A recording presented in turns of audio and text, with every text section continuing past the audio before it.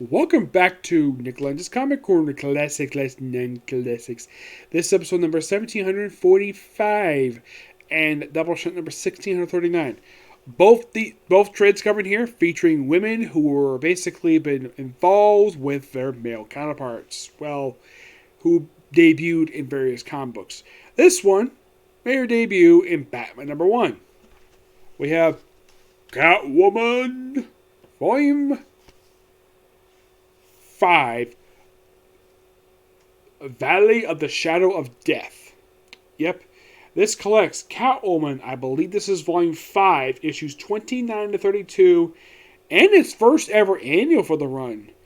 Yep. Written by Ram V, which, here's a fun fact for you. I actually am going to hopefully meet him at Comic-Con for the first time. Yes. And also, I should point out that he actually just recently left the book. Let me look it up here because I think it was just fairly recently he left.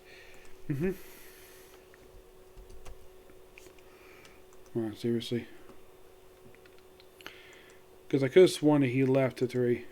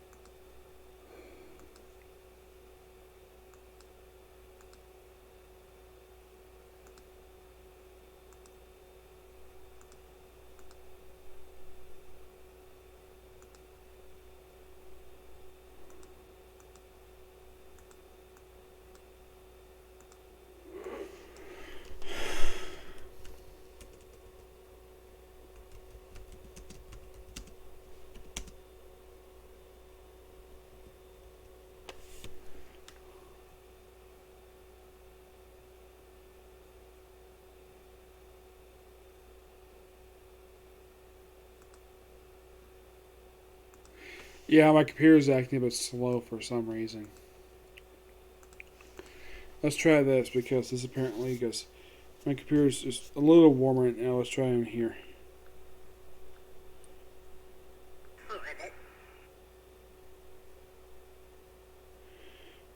Yeah, that's my phone's notification. Let's see here.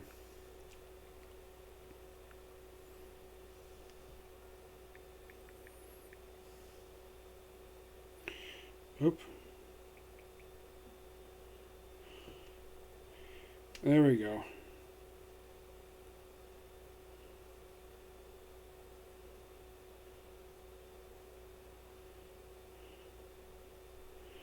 Because I think that the writer just recently left the book.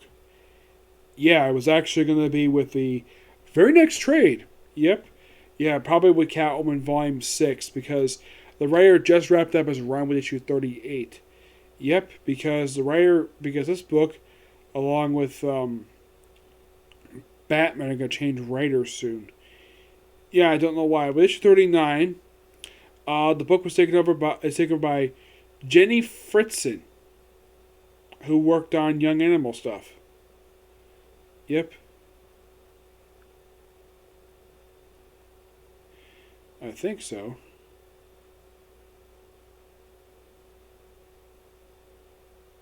No, it's Tina Howard. Yep, that's who takes over the book.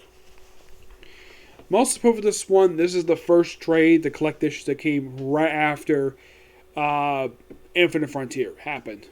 Yep. This is still written by Ram V, one of 2 books that actually kept the writers. Kept the writer for the book. This way, I think he changed the artist. I think so, yes. And the weird thing is, he didn't stay in the book very long. He liked the book for like a year, then left. Yep. And the only other book that kept its writer was Batman.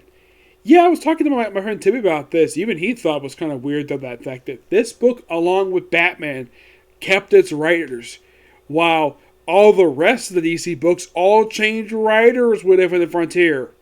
And you're thinking, really? It did? Yep, it did. Do not know why Ram V decided this day. I probably get a chance to ask. Probably because he didn't have a story yet. Now, mostly for this one, it's her continuing to take on Father Valley, who When I look at him, he's basically looks like a combination of Jack Knight from Starman and Dresden from the Dresden Files, just by sheer appearance. Plus, also, this is, I think, the first time that Poison Ivy has popped up in Catwoman. Yep. And what is the purpose of this, her appearing here? That's mostly puts up a reunion with Harley Quinn. That's kind of what it's there for. And basically, in a way, also appearance here by the Penguin. Yes.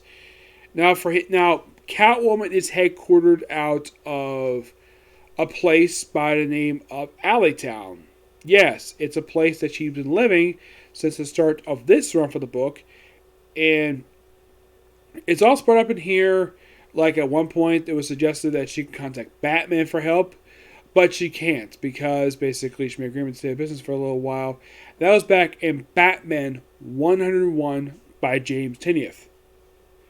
And you know the weird thing about this book is, guess how many issues Batman has physically appeared in this book? 1. The entire run so far. Yes, out of this, 40 plus issue run, only 1 appearance by Batman. Yep, only 1. Now, Catwoman does search for Poison for a little while, does find her. By the way, they actually kept her appearance from when she last appeared in a Poison Ivy Harley Quinn miniseries, where she looked like a plant creature. Yeah, they kept up that look for her. It was kind of a weird conclusion to the book, but I like the book anyways because Jody Houser wrote it. And this basically is continuing that, which is fine. I have no problem with that at all. Though the end of this does help set basically the very next thing that happens after this, Fear State. Yep, that's what happens next. Now, the artist who does these issues is a guy by the name of Fernando Belicho. Well, also Kyle Holtz, an artist I've met, Evan Cargo, and Juan Ferreira. The cover artist is done by Jenny Frigson, which, as far as I can tell, is still the cover artist. Yep, even with the change of creative team in the book, they still kept the cover artist in the book. Yes. Let me show us something too. We're also this new high bad guy here. But yeah, beautiful artwork. I love this book. I give this book roughly a 9.5 out of 10. It's really good.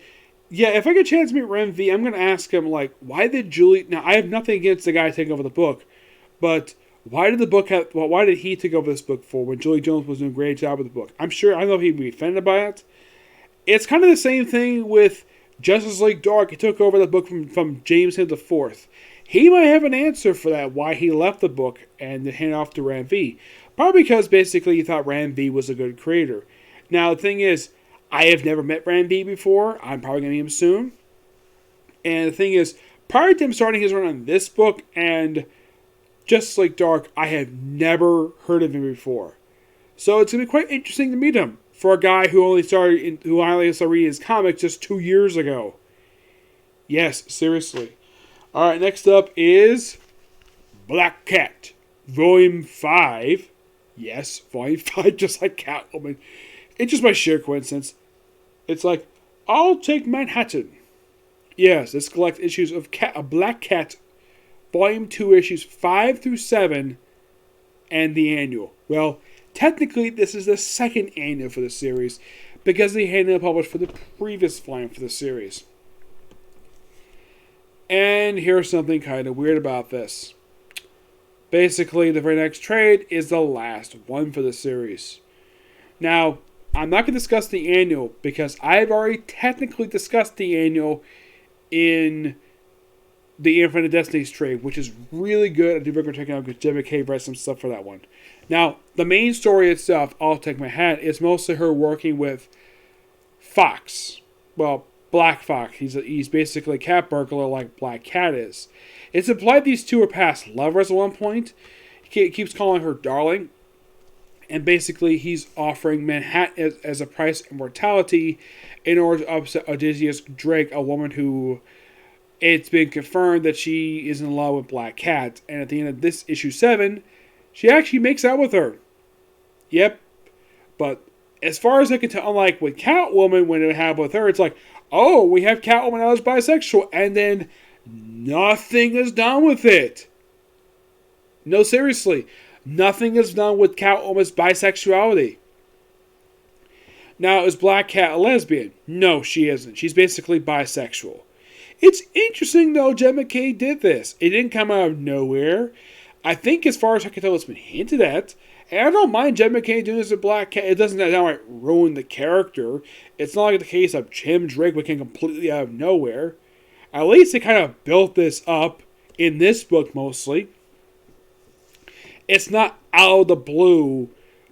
Now, the thing with Black Cat is that she is not in love with she was previously involved with Spider-Man, but he actually does appear in the book.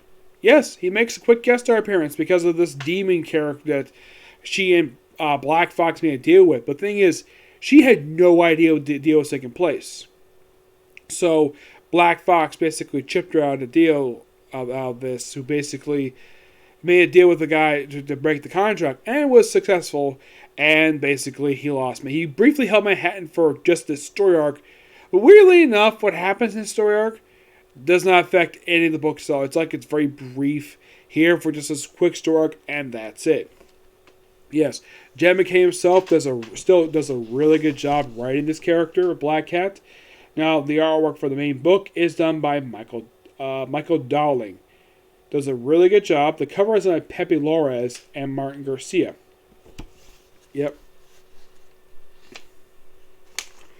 Yeah, and of course, at the end of the trade, end of issue 7, Black Cat and Odysseus Drake make out on a rooftop. It's by far one of the most interesting things to have Black Cat, but